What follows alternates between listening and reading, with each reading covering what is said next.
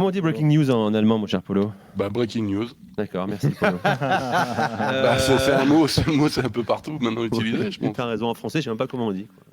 Une info Dernière cassée. Tu peux dire exclusif si tu utilises. L'info cassée, t'as raison. L'info cassée. L'info cassée, mon cher Polo, et celle-là, on ne s'y attendait pas, nous, en tout cas, pas actuellement. Julian Nagelsmann s'est fait virer de son poste d'entraîneur principal du Bayern Munich. Alors, serait viré. Parce que rien n'a été officialisé du côté du Bayern Munich. C'est parti d'une rumeur et d'un tweet d'un Italien que vous connaissez Fabrizio bien. Romano. Ouais, exactement. Et ensuite, ça a monté en flèche en Allemagne. Alors moi, je suis, et comme beaucoup de supporters bavarois, je suis allé voir sur les réseaux sociaux, je suis très très surpris et presque sous le choc sur ce qui vient de se passer. Je vais essayer juste de vous expliquer rapidement. Lorsque le Bayern a éliminé le PSG, c'était le ciel bleu, merveilleux, etc. C'est comme ça depuis le début de la saison. Une fois il fait pas beau, une fois il fait bleu, etc. Puis il y a eu cette défaite à Leverkusen qui était complexe, il y aura beaucoup de choses à dire sur la rencontre, etc. Et là on apprend, donc il y a eu cette rumeur, donc ce tweet lancé, et en Allemagne, Kicker a commencé en disant qu'ils avaient en gros contacté Nagelsmann, et est-ce que Nagelsmann avait été au courant de cette rumeur, comme quoi le Bayern Munich pourrait se séparer de lui? Il a dit oui, j'en ai entendu parler. Est-ce que vous avez entendu quelque chose de la part de la direction du Bayern? Non, pas encore.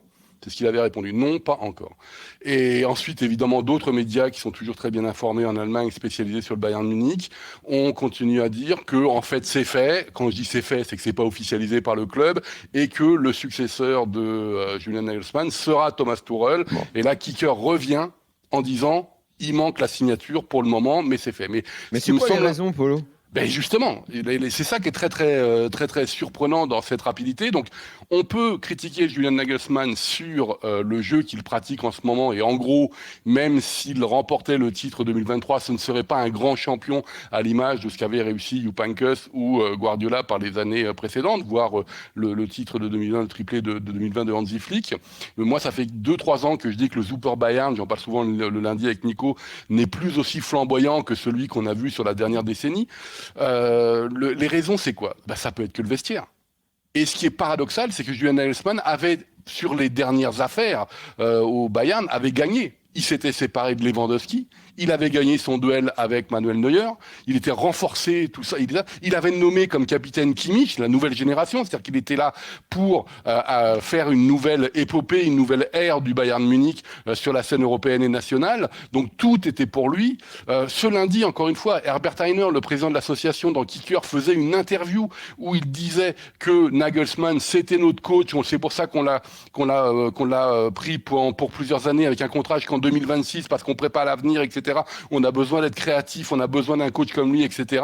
Tu as des critiques évidemment sportives quand Salihamidzic, le directeur sportif, n'est pas content de la prestation des joueurs de Nagelsmann au Bayer Leverkusen, il le dit, mais Oliver Kahn, toujours derrière Nagelsmann, les grands pontes, les éléphants du Bayern comme Lyonnais, toujours derrière Nagelsmann, et là on apprend ça comme ça, encore une fois à valider cette information qui pourrait intervenir demain, et c'est vraiment un énorme choc. Donc quand on réfléchit d'où ça pourrait venir, un changement comme ça radical de la direction, ça ne peut venir évidemment que du vestiaire. C'est qu'il y a il s'est forcément passé quelque chose. Exactement. Est-ce qu'il y a pas... Moi je sais pas, je te pose la question, est-ce qu'il n'y aurait pas une hypothèse, alors il y a l'hypothèse du vestiaire qui se retourne, mais il n'y aurait pas une hypothèse, je sais pas, une sorte d'insubordination ou une énorme engueulade avec Oliver Kahn et qui le vire sur le champ. Medic également aussi, hein, les relations sont fraîches. Il lui dit, est-ce que c'est pas une affaire personnelle? Ce qui est sûr, c'est que les relations entre Salihamidzic et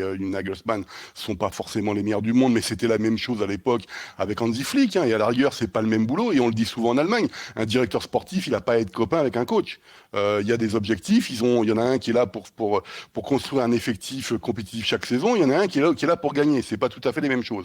Maintenant, il peut y avoir évidemment une différence de vision. Mais si on doit reprocher quelque chose à Nagelsmann, c'est quoi? C'est qu'il a sans aucun doute l'un des effectifs les plus importants d'Europe, y compris sur le banc. C'est assez. Moi, je connais pas beaucoup de coachs qui peuvent se dire mes titulaires, c'est Mané, je sais pas moi, Müller, Musiala et Gnabry, et je les remplace par Coman, Leroy Sané, le jeune tel si on veut, et Choupo-Moting si je veux. C'est quand même assez impressionnant. Or, qu'est-ce qui se passe lorsqu'il fait rentrer les remplaçants, et ces remplaçants en fait ne sont jamais au niveau. C'est-à-dire que la deuxième ligne n'arrive jamais à se mettre au niveau des premiers, comme s'ils faisaient la tronche. On sait sait que Leroy Sané n'est pas content, on ne sait même pas s'il va rester. Gnabry, il y a des rumeurs qui partent à la fin de la saison parce qu'on n'est pas content de sa performance. Regardez le cas Kingsley Coman, qui n'était pas du tout content de son temps de jeu depuis le début de saison et qui a été le grand gagnant des matchs retour, et il se retrouve titulaire, il dit plus rien, et donc c'est les autres qui se retrouvent sur le banc qui sont pas contents, etc. Il y a que ça, ou alors il y a une véritable engueulade qui s'est faite avec la direction du Bayern post défaite contre le Bayer Leverkusen, et peut-être aussi que le Bayern se dit, mais finalement avec le niveau de jeu qu'on a aujourd'hui, on peut pas passer City et il nous faut un électrochoc. Et puis il y a le cas. Je rappelle que Thomas Tuchel, la dernière fois qu'il a pris un club en cours de saison, il a été sacré champion d'Europe. Ouais, mais c'est pas n'importe quoi, parce que ce qui est sûr, c'est que Nagelsmann avait une pression extraordinaire au mois d'avril. Il y avait 8 matchs durant cette période, dont le match du 1er avril contre le Borussia Dortmund, qui va, de mon point de vue, décider du titre 2023. En gros, si le Bayern l'emporte, ils seront champions.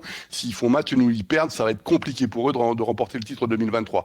Mais ce qui est extraordinaire, c'est que si c'est Thomas Tuchel qui arrive. Parce que Thomas Tuchel, je rappelle que c'est pas un copain d'Oulionès, qui est toujours là, que le vieil éléphant, il est toujours là en train de dire ce qu'il veut, etc. Donc Thomas Tuchel, on n'en voulait pas spécialement à l'époque. Lui ne voulait pas non plus spécialement. Bon, il a un caractère, hein, Thomas Tuchel. Il voulait pas spécialement venir au Bayern Munich s'il n'était pas adoubé, aimé, etc. Et il va rencontrer, pour sa première rencontre, le club qu'il a fait partir en 2017, où ça s'est très très mal fini à la fin. Donc Thomas Tuchel, il va vouloir se faire un plaisir d'écraser le Borussia Dortmund le 1er avril pour montrer, vous voyez qui je suis. Parce que maintenant, je suis là avec la Ligue des Champions que j'ai gagné avec Chelsea. Vous avez passé votre temps, vous, à me mépriser parce que je gagnais pas les titres, etc. Alors que vous savez tous que je suis meilleur que Jürgen Klopp, etc. C'est ça qui se prépare derrière. Donc, bon, voilà. Voilà, donc on attend l'officialisation pour l'officialisation quand même, mais c'est d'une violence absolue. Bild l'annonce également, Kicker effectivement aussi. Ouais. C'est brutal, on ne s'y attendait pas forcément. Nagelsmann, bon, on parlera de son avenir plus tard, hein, évidemment, il y a plein de messages sur Direct Studio, et pourquoi pas à Paris, Nagelsmann, je le prends tout de suite si déjà, je peux. Il n'y aura pas de Tuchel à Paris. Voilà. Déjà, ça permet de... Non, mais même Thomas Tuchel. Moi, on sait qu'apparemment, il y avait des rumeurs comme qu'il apprenait l'espagnol en ce moment pour la saison 2023-2024, mais apparemment, il faudrait vérifier avec Julien Laurence, il était très très proche de Tottenham, d'après ce que j'avais compris.